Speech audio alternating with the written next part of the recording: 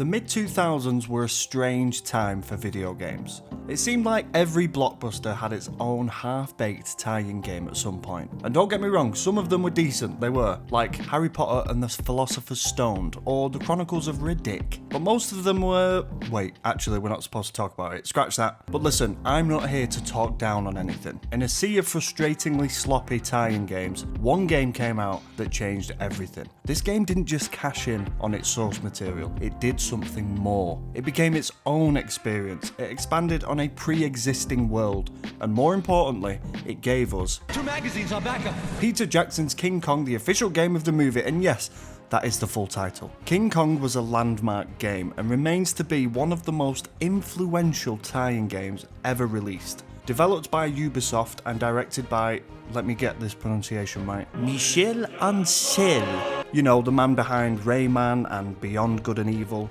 King Kong pushed the limits of the PlayStation 2's technical abilities and was among the first video games to have a household name director involved in the making of it. King Kong isn't just great for a movie tie-in. It did a lot of things that really felt ahead of its time. The game starts in the thick of it. You play as Jack Driscoll, a screenwriter who joins filmmaker Carl Denham and actress Ann Darrow on an expedition to the mysterious Skull Island to shoot a movie. No, not that kind of movie. Get your head out of the toilet, will you? As the crew navigates the strange land, they encounter prehistoric creatures and hostile natives. But of course, the most fearsome is... 2 magazines on backup. The most fearsome is Kong. After Anne is captured by Kong, Jack and the remaining crew try to rescue her, while Kong defends her from dinosaurs and other threats on the island. Eventually, Kong himself is captured and brought to New York, where he's paraded around to a paying audience. He escapes, but meets a tragic end on top of the Empire State Building. Now, luckily for me, the game doesn't have that same emotional punch that the film does. King Kong is just one of those films that I just cannot watch without getting unbelievably angry at the ending. Like, seriously? Like, why are we like this as a species? Why do we have to take all that's beautiful and pure in the world and try and destroy it through means of making money out of it? I mean, it just gets to a point where you want to give up on civilization completely. The game does follow the exact same story beats as the film does though, but because it's a game, it feels so much more immersive. From the very beginning, you feel vulnerable. Ammo is scarce. There's no map. The best you can hope for is finding a spear and just throwing it as hard as your fingers will allow. I'll take what I can get. King Kong was marketed as an adventure game, but honestly, it is far from that. It's a survival horror game masquerading as one. And surviving on Skull Island is difficult. Every single encounter feels dangerous. And whilst the AI of your companions is quite responsive for a 20-year-old game, there were plenty of times where I was getting eaten alive and could have really done with some help. I'm looking at you, Jack Black. Absolutely incredible.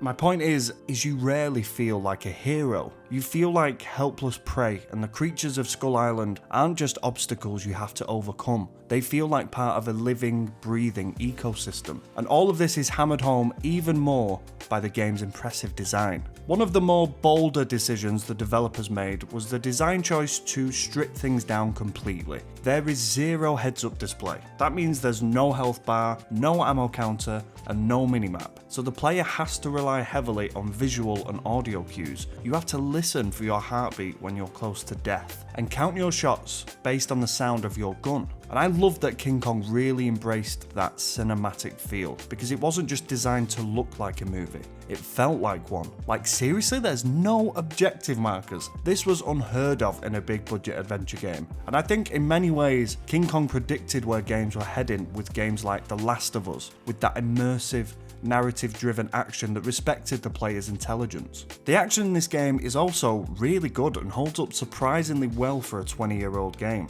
I mean, of course there's times where it looks like an actual potato, but come on, what do you expect? Throwing spears at man-eating centipedes has never felt this good. The gun mechanics work, meaning bullets actually hit where you aim, which is more I can say for some modern day shooters, but where King Kong's gameplay really excels is when you play as the big man himself. About 2 hours into the game, you take control of Kong and have to fight off swarms of T-Rex and protect Anne, who we're holding in a firm grip for some reason. And when you play as Kong, you can really feel it. The movements feel heavy and you're not just mindlessly smashing stuff, you're trying to survive too. But then a little while later, you can just run around smashing stuff, and honestly, it's 10 out of 10, I love it. Peter Jackson was also heavily involved with the production of this game and the world's design and how that tied into the film, and many of the original cast returned to lend their voices, which again, for a movie tie-in, doesn't happen that often. Now it's clear that Ubisoft had a pretty chunky budget, but none of it feels too showy. Everything has a purpose. Even... Two magazines are It's back. alright, Jack, we get it, shut up! It was honestly such a joy to go back and play this game again. This game feels like a recent release compared to the 2023 game Skull Island Rise of Kong. The story is as timeless as ever. Sure, the gameplay can be a little bit janky at times, but